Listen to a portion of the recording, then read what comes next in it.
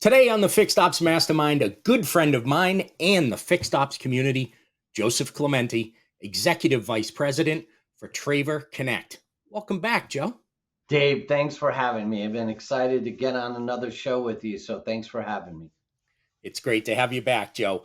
And so this show is broken up into three segments, and those three segments today are going to be human capital, business success, and lastly, the payoff. And so, are we ready? Let's get I'm into ready. it. All right, let's get into it. Segment one, human capital. Joe, first question I want to ask, where'd your automotive journey even start? So my journey started very uniquely. I guess probably not as unique as I thought. So I started off, I tried to figure out, hey, how do I pay my way through college? I started selling vacuums, Kirby's, and my folks said, whoa, time out. That's not a respectable job. If you're gonna do something like that, go sell cars. And so I got into sell cars and as a way to pay for my education. And I just I loved it, and so I did a lot of the roles through the dealership and through the years, and eventually ended up running and operating and partnering in a Honda dealership here in California for 17, 18 years, and worked for a couple of different organizations prior or after that. So it's in my blood. It's kind of who I am, much like yourself and many people that listen to your show. And I'm just excited to be back in it after being out a little bit out of that industry directly for the last decade. I'm excited to be back in. Yeah, you were never actually out of it. You were Yeah, right. You were just a little bit different part of the business, and I love that you started selling Kirby vacuums. yeah. I remember the Kirby vacuum salesman coming around. So Well, you know what? The thing I loved about it, they started every day with a ton of energy. It was all about how enthusiastic you were, and that carried over to my automotive career. yeah, and that's a great lesson, right? You Yeah. gotta start your day energized. And you when you go into the automotive industry, all you have is your energy, right? All you have is what you bring because you don't Right. know anything Hmm. about what you're doing. So yeah, just rely heavily on that energy. And then when you learn a little bit more, you kind of lose the energy. So you got to figure out how to happily balance those. And over the years, it's just been definitely a passion project. That's excellent. So, Joe, on LinkedIn, a lot of people are going to know you by your hashtag, Coach Joe. Yes, sir. Uh, was there a moment when you realized that you just truly loved coaching? The moment I realized that I love coaching was really when I embraced the concept of servant leadership. There's something really deeply powerful about seeing people transform. And it occurs when they align their potential with purpose. And I never talk about success and you're going to be exceptional. I always talk about what your potential is. And when those two align, it's so powerful. And I think when you witness how servant leadership positively impacts both professional and personal lives Mm-hmm. through those strategies that we develop together, it's incredibly rewarding. It's so powerful to see people evolve into their own potential. Yeah, it's one of the very cool things about coaching. Is that you are getting as much out of it as them, and sometimes you get more out of it than the other person. 100%. If you're a good coach, if you're really authentically involved, engaged, you're going to get more value out than you give Hmm. because as you know, a really good coach is going to ask a lot of questions Yeah. and you're going to learn some behaviors that are intuitive to or innate to that person that you can help bring out. It's pretty powerful. I have a kind of a mission, purpose, and intention, and I'll just outline it this way. Right. My mission when I go into coaching, I want to provide easy to implement items that are scalable. Hmm. And then my purpose, I want to inspire and drive leadership multiplication. I talk about that a lot because it is cross functional across many organization levels. And lastly, my intention is that I need to equip people, at least in my passion, I need to equip people, easy for me to say, with the tools, advice, and coaching that they need so that they can be their best selves. Ultimately, that's the goal. How do we equip them? And I think as a person, who you're becoming is far more important than the person you've been. Yeah, that's that. So let's talk a little bit more about that. The person you're becoming as opposed to the person that you were. Um, how much should somebody rely on the past though to at least understand where they're going or where they are? Yeah, it has to serve as a foundation, right? Because when you fail, there are lessons that are so valuable in that failure. And our past teaches us so many things. However, we can't remain dependent on that past. Our successes aren't dependent on the past. We can build on them, Yeah, but they don't define us, right? And neither do our failures. Neither do the things that the way we were brought up, our historical background, the things that our teachers taught us, our environments, and I'll talk a little bit about that as well. Those influence us, but we're not dependent upon that past. I love that. And so people always talk about you got to have a good foundation, right? And if you think about what you just said, it's the same thing if somebody is doing a complete remodel of a house, right? You've still got the foundation, which is the past, right? But what you build on that foundation is not dependent on what was there previously, Right, right? right, right. Well said. And that architecture that draws the blueprint, leadership and coaching is the same analogy. You have to have a blueprint. You have to know where you would like to go in order to get there. You don't have to build the house in a single day. Right. So That's I great. love that analogy because I think it ties into some of our later discussion points as well. Absolutely. So, Joe, what is it that you really love about coaching? I love this question because I love the openness. I love the vulnerability. But more importantly, I love the authentic connection that we have with people. And coaching helps us foster that. It's the gap, it's the bridge, right? That helps us close the gap. Hmm. And I think when you align people with a higher sense of values and align their actions with those values, it leads to more purpose driven life, right? It creates a conscious alignment and it helps people realize that their actions must align with their values. And many times they don't often align. Hmm. And I think, as I said a little bit earlier, and we talked about, our beliefs are shaped by our upbringing, our experiences, and our environments.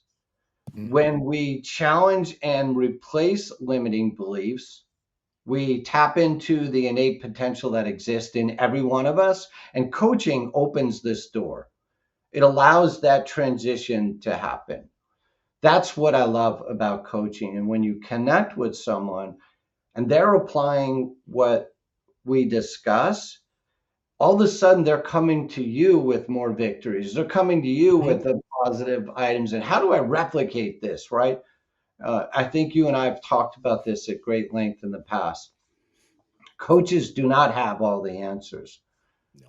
We don't. We just No. have different questions. We have different set of lenses that we use to see Hmm. things through. So I think one of the things that a great coach has is relentless curiosity, right? And love that that. allows us to ask those questions. 100. I love that statement because it's 100%. If you're really curious, you're inherently going to ask better questions. Yep, absolutely. All right, Joe, we're going to move into segment two, which is business success. And I'm sure this is a question that a lot you have a big following on LinkedIn. Something that I'm sure people want to understand. What drives someone to move companies after almost 10 years with Mobility Works? Yeah, people naturally ask why leave and why now, right? For me, it's not about money and it's no external factors. It's about answering to, in my own eyes, a higher calling. Mhm. It's to continue to develop people, to enhance organizational performance, and I've said this earlier, to multiply leadership. That's why you make a change. When you see there's an opportunity or an alignment, and where I align with John Traver and Traver Connect, that decision became so much more clearer. And so I'll put it this way. Joining Traver Connect wasn't about taking on a new role. It wasn't a title. It wasn't about money, but it was aligning with a company that feels that we can transform teams in the automotive sector. And leadership is about building towards that. It's seeing that vision and continuously building towards that. And I think Traver Connect and John Traver especially is driven by a purpose, which aligns with my values. He Yep. has a good, clear mission, a bold vision, and it's that shared vision of how we help dealerships thrive in this incredibly competitive marketplace, right? And in a world that's in constant change, it's those that lead with purpose that are going to define the outcome. And I think at Traver Connect, that's exactly what we're doing. And that's where the alignment happened for me. I love that statement that those that lead with purpose are going to be the ones that define the outcome. Um, and I can tell you that from knowing you and from knowing John, that's perfect alignment there, but between the two of you. It really is. And I'm blessed and honored to have the opportunity. It doesn't change the rearview mirror. It doesn't change No. the team in the past and what we were able to accomplish. It's just a forward looking vision. So I'm really excited. It's a great opportunity. Yeah, your time at Mobility Works was the foundation that we talked about in the first segment, right? Yeah, well Yep. said. Yes, I Yep. never thought of it that way, but I Yeah. appreciate that Now, statement. There's the now coach you in get to build a new house. you. Exactly. There is the coach from you. Thank you, coach. I love it. So Joe, knowing you, I know that you are a spreadsheet guy. I know you put a lot of stuff together, presentations and things, and it always looks impeccable. What I want to know is how do you balance that methodical side of you with the psychological and motivating Joe Clementi that a lot of us see on LinkedIn? Thanks, Dave. The key is to understand that data is just a tool. It's the tool in the tool chest that we use. It helps us navigate. It should never, ever dictate your vision, your values, and your mission. Hmm. It provides you with leading. Hey, what's going to predict the future? Lagging what happened in the past. But data itself doesn't exist in a vacuum, and neither does performance, right? So what it can do though is highlight where we need to adjust or adapt. So I use the analogy, say a technician is struggling with a particular repair. We can either continue to let him struggle or we can provide the resources. We can intervene using the data Yeah. to provide that person with the resources to improve. We can use that same analogy for an advisor. So in theory, an advisor should be doing every recommendation. So at that recommendation, if that advisor is not comfortable, they're not going to present it. You know that. Yeah.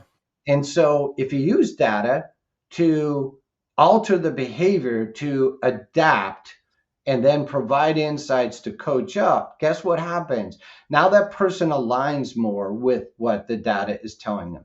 Hmm. If we use it as a weapon, right, and we say the data, Dave says you never present X, Y, and Z, so either get it right or get out, right?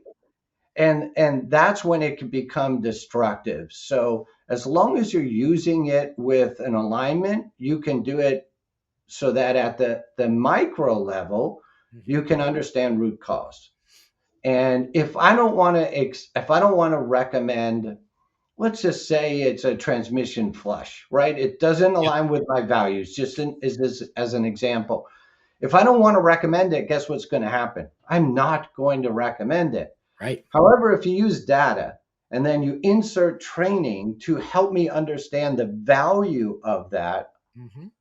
I'm going to change my behavior. Isn't that what leadership is? I believe this with my heart. I talk about it all the time. Leadership is changing behaviors, not opinions. Yeah. I mean, you really, it's very hard to ever change somebody's opinion about something, right? Right. That rarely happens, but you can change Yeah. and affect a behavior. And I love what you were saying about data, and the word that I want to insert in front of data is useful data, Yeah. right? Data Because integrity. there's Yes. we're in fixed ops, man. We got data. We got heaps and heaps and heaps of it. But is it Yeah. useful to you, right? Are you using it for those purposes? Are you using it to help that advisor make better recommendations? Are you using it to help the technician to see why they should recommend certain repairs or how to do a repair differently so they don't need to struggle again? Yeah, and if you think about, as we talked about earlier, if you weaponize it, it actually works against you. You know, if you're chasing a metric from, and I'm an NADA graduate, if you're chasing a metric just to chase the metric, you're not changing behaviors. All Yeah. you're doing is weaponizing and saying, "Hey, Dave, we're not achieving this objective," right? You gotta do it at a micro level, understand root cause, and then alter the behavior. Even if my example is I convince you, Dave, go sell every one of these transmission flushes, and you go, yes, sir, yes, sir, yes, sir, whatever you say, boss, I'm going to do it. All I've done is change your opinion. I haven't changed your behavior. So ultimately, how we use data is what's really important. Data is insightful if you can look at it going forward. Hmm. Useful data, right? That data integrity is key. How you use that data is really where the rubber meets the road. Sorry for the pun, but it is true. It's where everything connects together. And so Yeah. many times we get lost, right? I've heard you talk about this before.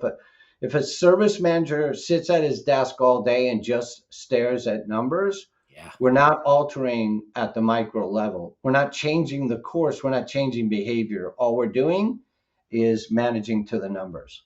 Yeah, absolutely. And unfortunately, those numbers that you're looking at are all lag metric numbers, right? Right, right. That's all something that already happened. You cannot change those numbers that are on that screen by sitting there looking at that screen. Right, you pick up a doc sheet and you go, "Oh, this is what happened yesterday. Yeah. We were great. We were the best thing ever, or we Yep. sucked." Right? Hmm. Neither one of those pieces of data is going to change the future, Right. but there are leading indicators, right? There are. Hmm. What does Thursday's schedule look like? Yes. How do I adjust to my capacity? How do I build? How many calls am I missing, for example? Hmm. It's a leading indicator. Yep. So it's how you use that information that's so powerful. And I'll say it again because I say it a lot. Leadership is changing behaviors, not opinions. And when we alter behaviors, amazing things happen. People all of a sudden come to you with solutions, right? Yeah. That's a beautiful thing when you start to get that, right? And that's, I used Yeah. to always tell my teams, I am happy to hear any concern that you have, but please also be prepared to discuss a solution to that concern that you have, right? The answers, as you said earlier, we don't have all the answers, No right? way. Yeah. And so we need everybody's input to get to those answers. And that's why when the Fixed Ops Mastermind started, right, I used to say from 4 months to 40 years in the business, you're welcome here because you all have something to give to us. You have that 4 month person has a different set of eyes than I do 40 years into the business, that can give us a look that changes the way that our perspective of the business. Yeah, 1000%. I love that perspective because, to your point, everyone sees something different. Hmm. You think the write up happens the same way every time. And then you ask your customers, how does the write-up work? And they tell you something different. You ask your porter how the write-up works. You ask your express drive writer. You ask your technician. You're going to get 5 different answers, Yep. right? And then you pull your process sheet out and it's completely different from the 5 different Very answers right. that you got. Right. But if you're sitting in your office, you will never know that. Right. You need to be out there to understand that stuff. So, Joe, last question in this segment. What does a successful business do differently from other businesses? I really love this question, and I hope you'll give me a little bit of bandwidth on this one Yeah. because I'm passionate about organizational performance. And part of the studies that I do is try to understand what do successful businesses do differently. So I'll start off by saying this. Really, truly successful businesses begin with a crystal clear vision, values, and mission. They're crystal clear on those elements. And they aren't just words on a sheet of paper, they live it. It's part of their DNA. Yeah. It guides every decision and every action. So, crystal clear vision, values, and mission. And I also believe that a successful business doesn't leave success to chance. They define it, they define their strategies, they align their tactical actions, and that directly contributes to achieving their objectives, not the other way around. Mm-hmm. Those actions and tactical behaviors achieve their objectives. What sets business apart is the way they connect their team to their vision, the way they connect their actions to their vision. We used the analogy a little bit earlier, the architect, right? And building the framework. Mm-hmm. So much like an architect, leaders need to have a clear plan because it does set the foundation. It does build up and out, if you will. And they've got to ask themselves, what kind of culture do we want to create? And how are we guiding our decisions through our core values? A strong foundation allows people, teams, successful organizations to weather anything. Regardless of market climates, they're able to weather it because everyone knows the game plan. And I also believe that successful businesses, and it's factually true, they heavily invest in their team, in their people. Yeah.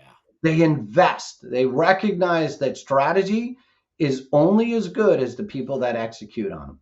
Mm-hmm. And when you foster a culture of transparency, a culture of empowerment, a culture of responsibility, I think people get confused between responsibility and accountability. Those are 2 different things. Yeah. When you're responsible, you own the actions. That's really important. And they make sure that everyone on the team is aligned and, really importantly, equipped to handle it at the highest level. That was a master class right there. And Joe, so you know that my coaching program was called Vision and Values, and what I call those two together, or what they become together, is the morality of the business, right? And you typically don't think of a business having morality, but that's really what it becomes, right? Because when you have a clear vision and you have clear values, it gives a clear picture of how you should act within that system.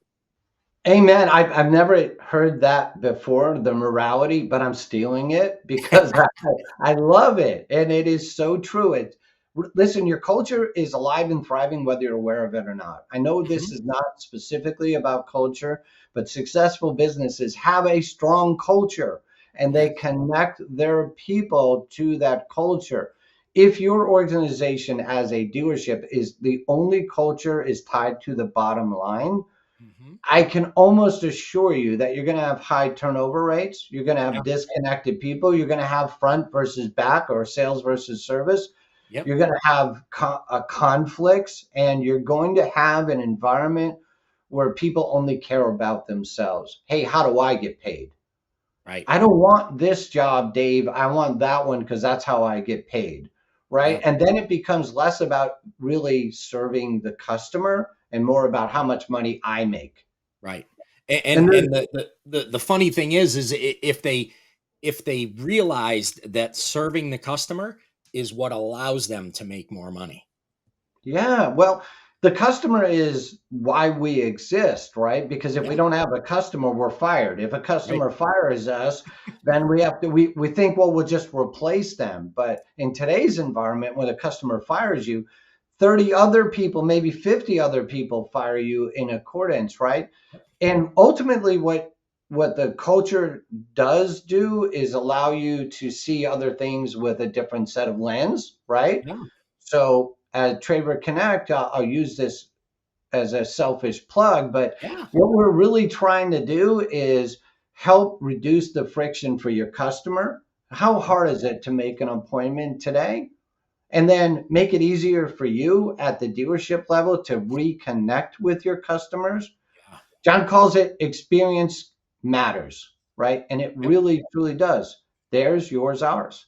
yeah. And those elements tied together is what we're talking about. When you define a successful business, everyone is tied to a common culture. They get it. And that morality, using your word, Yeah. is the customer's experience. How we own the outcome is really important. Unfortunately, we always want to get to the financial results, right? This is only the only thing that matters. That's a byproduct of doing everything right, right? Absolutely. That's it, You Joe. can, Every store that I went into, um, and so I, I I used to love taking over broken stores. Right there was, you go into a high performing store, great, whatever. You go into a broken store and you can turn that around. There's a real sense of accomplishment there, and you can see that sense of accomplishment in the people that are there with you making that happen. But I always told them the same thing: we cannot focus on getting good CSI. What we need to focus on is helping the team feel better, which will help our customers feel better, which will get us better CSI.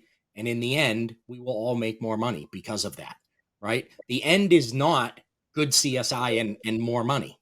That is the end, rather. That's that's the the end, not the byproduct. beginning, right? Because when I was getting brought into these stores, a lot of the as you're going through interviews, they're like, we need to fix our CSI. We need to fix our CSI. Okay, well, I can tell you that it's not the CSI that's the problem, right? Right, It's not right. that survey. It's everything that happened around that. 100%. It is the processes and the people that are connected to the culture. Right. And byproduct is so important. It's easy for a dealer or a smart dealer, and there are a lot of them out there, to understand the data integrity and say, okay, I can see our financials are performing poorly. So we have to be dramatic in our approach, i.e., CSI, Yep. right? And the reality is, no, you're looking at it at a macro level. If you dig a little deeper, Right. root cause analysis, you'll find that often there's a disconnection between the people, the processes, and your core values. That's what 100%. successful businesses does.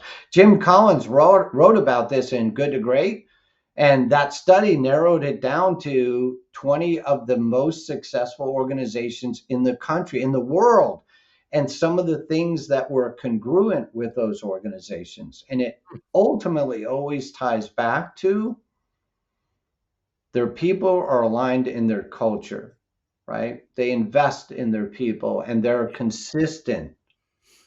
Yep. You So, you just said it again, Joe. I wrote it down when you said it the first time. But invest in your people. You said it. You said it three times now in this last segment. It's such a huge thing. And two things I want to point out about that. Number one, you didn't say train your people. You said invest in your people. Right. It's a big difference. Uh, and just the fact that you're talking about putting that time into your people, into your teams, is huge, and the reason that you are as successful as you are. yeah, thank you, Dave. I really I'm humbled by that really kind comment. But I do believe that when you invest in people, the reciprocal value is exponential. Yes. It impacts everyone around them, right? And they become more, I'll use the word loyal because I think that's really important. They Hmm. become more loyal to your organization. And guess what? so does the byproduct. Your customer becomes more loyal to you as well, Mm-hmm. right? We Yep. talk about retention, and I'm sure we'll have time for that later, but retention, that's Right. really wonderful. It's important. It's an OE driven outcome, though. Mm-hmm. The reality is, the more connected you are with your customers, the more loyal they are to you, the more they'll spend, but more importantly, the more frequently they will return because they love the experience. Absolutely. Joe, that's a perfect segue to take us into segment 3, which is the payoff of all this. This segment is brought to you by Parts Edge. Your parts department is the backbone of your dealership and is responsible for nearly half of your total profits, according to NADA. Our system works within your DMS for a hybrid approach that combines the precision of automation with the nuanced decision making of parts experts. Joe, again, hashtag Coach Joe.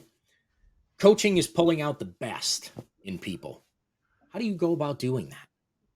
There's no one size fits all approach, right? I think Simon Sinek said this really well. There are characteristics and there are attributes, and they manifest themselves as strengths or weaknesses. The role as a coach, my role as a coach, is to help individuals identify their attributes and lean into those. And I use a straightforward strategy. It's 5 steps, at least in my perspective, is how do you identify your mission and how does that intersect with the needs of others? If you're not serving others, you can't be good at what you do. I really believe that. Yeah. Number 2, define your core values. What's important to you? Um, Number 3, clarify your contributions and intentions. Number 4, reflect in the past, especially your lessons learned. Mhm. And number 5, commit to applying the actions that you've identified.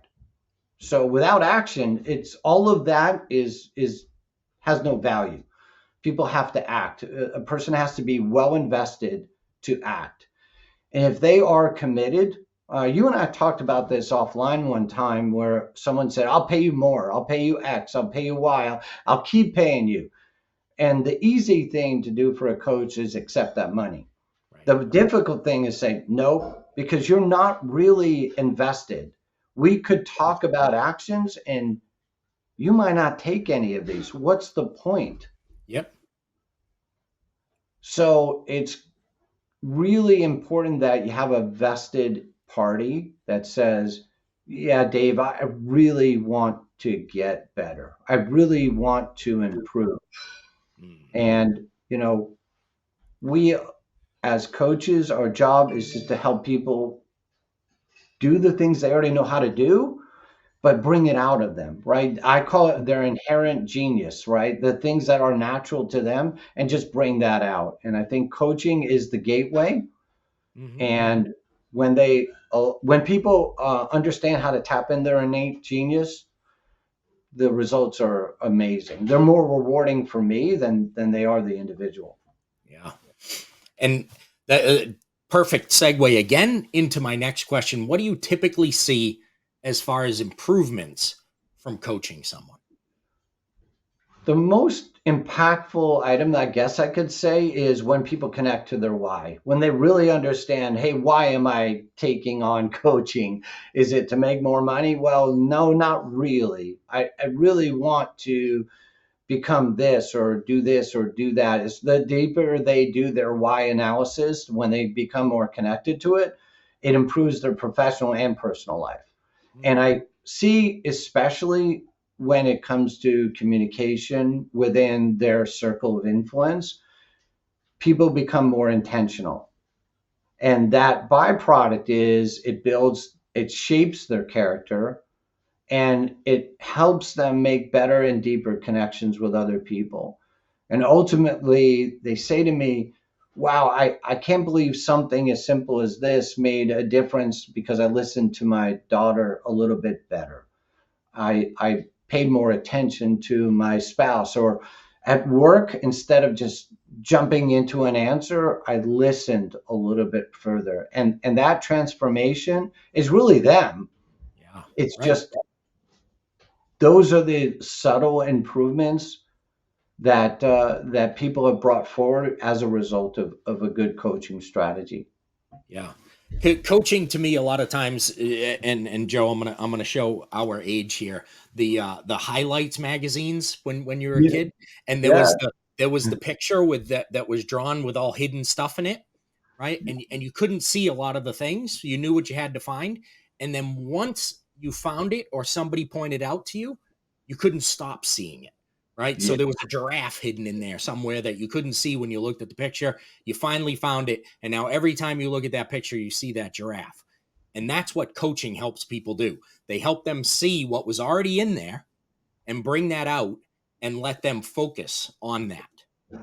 Your answer is better than mine. I actually love your answer because it's so that story is so true because when you start to see things, right, and all of a sudden you're like, I recognize that behavior. I Yep. recognize that destructive behavior or that partnering behavior, that behavior that really helps other people perform at a Yeah. higher level. That's exciting. It's really, truly exciting. You can't unsee it, to your point. Exactly. Exactly. So Joe, to close this out, what would you like to see change in coaching? I think the misconception that coaches are experts and they have every answer. That's the one thing I think is really important. Every coach has to be a subject matter expert, I guess, but Yeah.